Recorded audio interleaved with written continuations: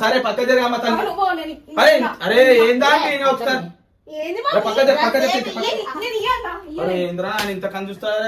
ఒక 10 నిమిషాలు. మన బబ్బు తన గేమింగ్ కోసం ఎంతో ఇష్టపడి తన దగ్గరున్న గోల్డ్ చైన్ కూడా అమ్మేసి మరి లక్షలు పెట్టి ఆ కంప్యూటర్ కొనుక్కున్నాడు కదా. మనోడు అలా మనాలి ట్రిప్ కి వెళ్ళాడో లేదో ఈ గంగు కట్టప్పలు వచ్చి ఆ పీసీ ఏదో మాకు ఇస్తే కాసేపు వాడుకుంటామాంటి అని బబ్బు వాళ్ళ మమ్మీని తేజుని తెగ విసిగించారు. కానీ బబ్బుకి ఆ సిస్టమ్ అంటే ఎంత ప్రాణమో వాళ్ళకి తెలుసు కదా. అందుకే బబ్బు ఇంట్లో లేడు, వాడు వస్తేనే ముట్టుకోవాలి, మేము అస్సలు ఇవ్వం అని కరాఖండిగా చెప్పేసి పాస్వర్డ్ కూడా ఇవ్వకుండా గొడవ పడ్డారు. దీంతో గంగు కట్టప్పలు ఒక మాస్టర్ ప్లాన్ వేశారు. లోపల రూమ్ లోకి వెళ్లి గట్టిగా గోడకి ఏదో కొట్టినట్టు భయంకరమైన శబ్దాలు చేసి ఆ సిస్టమ్ పగలగొట్టేశామని నమ్మించారు. ఆ శబ్దాలు విని బబ్బు వాళ్ళ మమ్మీ తేజు గుండెలు జారిపోయి పరిగెత్తుకుంటూ వెళ్లి చూస్తే అక్కడ జరిగిన సీన్ చూసి ఇద్దరు షాక్ అయిపోయారు. పాపం బబ్బు మమ్మీ అయితే తన కొడుకు అంత ఇష్టపడి కొనుక్కున్న వస్తువు ముక్కలైపోయిందని తల పట్టుకుని వెక్కి వెక్కి ఏడ్చేసింది. అయితే ఆ సిస్టమ్ నిజంగానే పగిలిపోయిందా లేక ఇదంతా గంగు కట్టప్పలు ఆడిన నాటకమా? బబ్బు మమ్మీ అంతలా ఏడ్చాక అసలు ఏం జరిగింది, ఆ గదిలో ఉన్న సిస్టమ్ పరిస్థితి ఏంటి అనే సస్పెన్స్ తెలియాలంటే మాత్రం బబ్బు ఫ్యామిలీ ఛానల్లో ఉన్న పూర్తి వీడియో చూడాల్సిందే.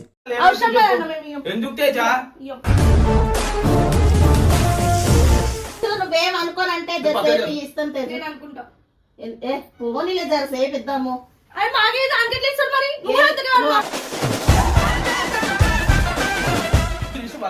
చెప్తున్నా ఇస్తావయ్యా మా అబద్ధాలు ఉంటాయి, మీ నిజాలు ఉంటాయి. ఏం తెలుసు కావాలి చేసిన దాన్ని తీసుకొని పట్టిండు పదగొట్టనికే మరి.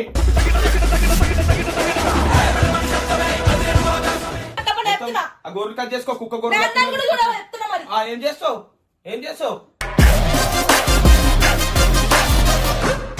నేను కాదు నువ్వు, నాకు అవసరం లేదు. నేను వాడ కూడా వాడా, నేనేం చేపిస్తావా అంటే ఇప్పుడు ఇన్ని రోజులు వచ్చినా మనం అడిగినా నేను సిస్టమ్ ఆయన ఎంతగానో అడిగిండు.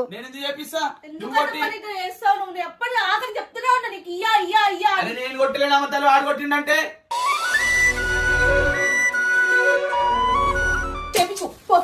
ఇగో చేసి మాట్లాడక నువ్వు అర్థమవుతుందా?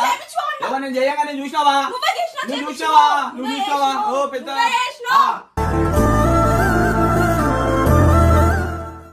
అరే ఎందుకు ఏడుస్తున్నావా అంటే చేపించుకోసం అని చెప్పినాంగా.